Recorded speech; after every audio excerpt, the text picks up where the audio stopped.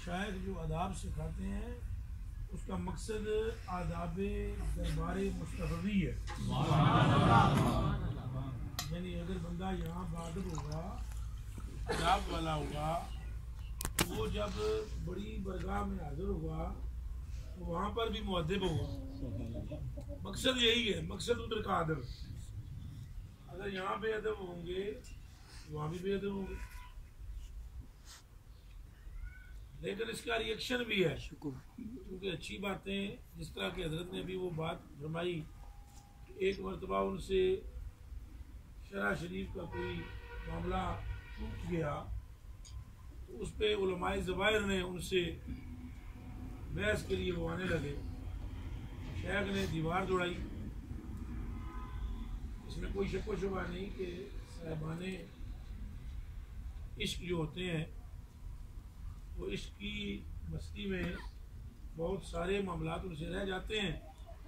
दर हकीकत मामलात नहीं रहते, क्योंकि वो कलवी तौर पर बरगाह खुदाबंदी में हाजिर होते हैं। मगर इसका खतरा ये है कि इस तरह की गुफ्तगू से हर कसो नाकस अमली बनने के चक्कर में होगा। लिहाजा शरीयत मुतारा का उसूल जो है उसको हर सूरत में मद्देनजर रखना पड़ेगा, ताकि जो हद्दें हैं वो सलामत रहें और उन्हें नालायक लोग तोड़ ना सके। आप ये बताएं कि जो फौज है आपके मुल्क की, इसका मकसद क्या है? आपको तकलीफ पहुंचाना या आपके मुल्क की हिफाजत करना? और मुल्क क्या है? आप हैं, आपकी जानो माल है, आपकी अमलाक है, आपकी ज़मीनें हैं इसी मुल्क में, आपके बाल बच्चे हैं, आपकी ज़मीन फिर आपकी ज़मीन फिर आपकी ज़मीन, ये इसमें करते करते यही मुल्क है। यही मुल्क है ना? ये कॉलोनी है, बराबर में कॉलोनी है, बराबर में कॉलोनी है, बराबर में गांव है, बराबर में, यही मुल्क है। और ये आपका है, आपका है, आपका है, आपका है, आपका है, सबका। इसकी हिफाजत करती है फौज। समझ में बात आ रही है? और अल्लाह पाक अगर सही उलमा नबी पाक सल्लल्लाहु अलैहि वसल्लम के सदक़े में पैदा फरमाए तो ये हज़ूर अलैहिस्सलाम के जाने जाना सल्लल्लाहु अलैहि वसल्लम के फौजी जनाब के क्या है? और फौजी जो होता है उसे उसूलों कवानीन को मद्देनजर रखना पड़ता है। पिछले दिनों में मेरे बहुत सारे साथी लाहौर वाले और याजिज भी, आप भी बल्कि साथ थे, जब हम बॉर्डर पे गए तो देखे उन्होंने झड़क दिया कि बार बार आप यहाँ से आते जाते क्यों हैं? ये कोई शादी हाल है? हालांकि उस वक्त तो माशूक भी लगा भाई ये कैसे लोग हैं, लेकिन चूंकि वो फौजी हैं और अगर वो नहीं झड़केंगे तो फिर वो खराबियाँ वारद होंगी, बहुत सारी खराबियाँ वारद होंगी। इसलिए जो शरअ मोहम्मदी है सल्लल्लाहु अलैहि वसल्लम वो अर्फ़ आखिर है और उसमें किसी किस्म की कोई लचक नहीं होनी चाहिए और इन हदूद की पासदारी करनी चाहिए। आपका खरा होना और आपका खोटा होना 1 मिनट में पता लग जाएगा।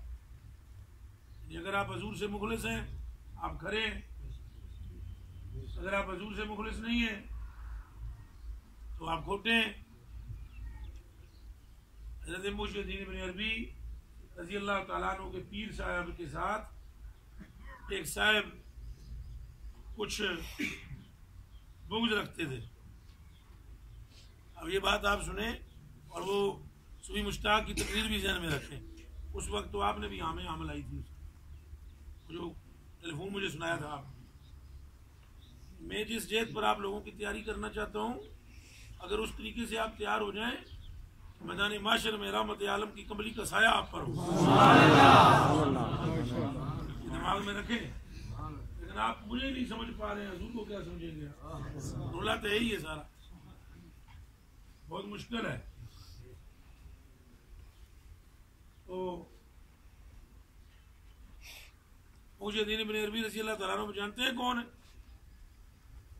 सारे शेख अकबर कहा जाता है। क्या कहा जाता है? शेख अकबर।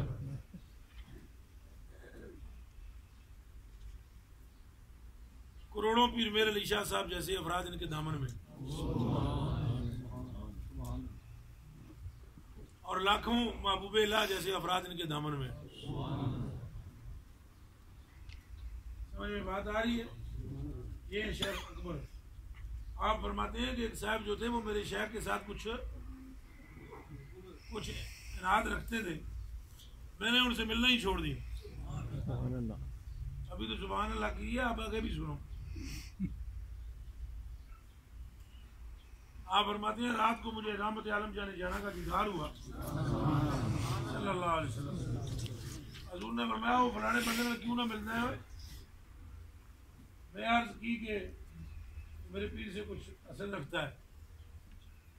आपने फरमाया मुझसे असर रखता है? काश कि आप लोगों को ये बात समझ में आ जाए। ये बात आपको 14वीं सदी का पीर नहीं बताएगा, कभी भी नहीं बताएगा, क्योंकि वो बताए तो वो समझता है कि मेरी पीरी को खतरा है। हालांकि अगर वो ये बतलाएगा तो अल्लाह दिल को उसकी तरफ फेरेगा। बंदे पसान नहीं फंसते, अल्लाह रब्बुल आलमीन के राग़ब करने से राग़ब होते हैं।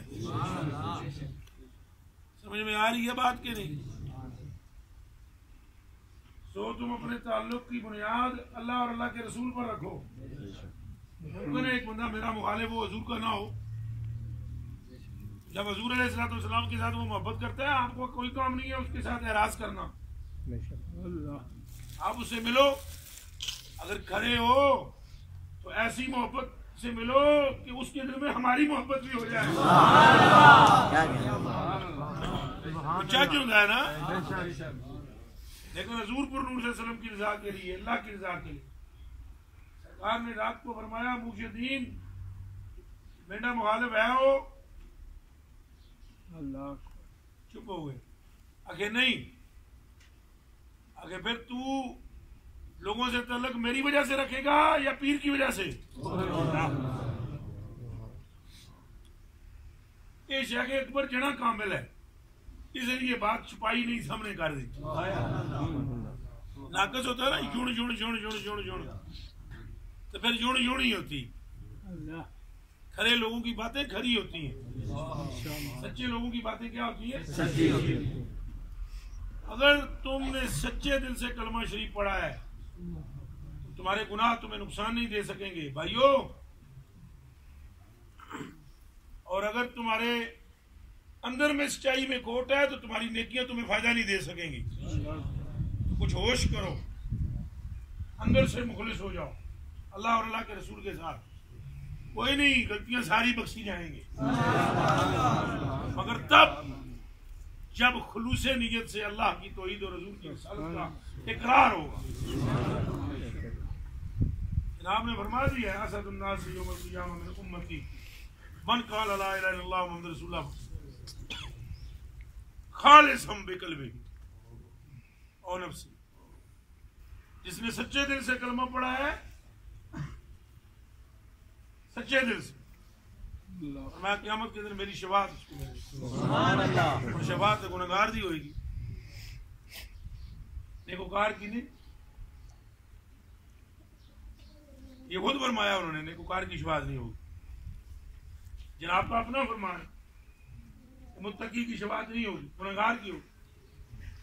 इसका मतलब यह है कि गुनहगारों खुलूसे नियत शर्त है, बाकी अल्लाह जाने और अल्लाह का रसूल। खुलूसे नियत आपको लाजिम है कि आपके अंदर क्या हो? खुलूसे नियत।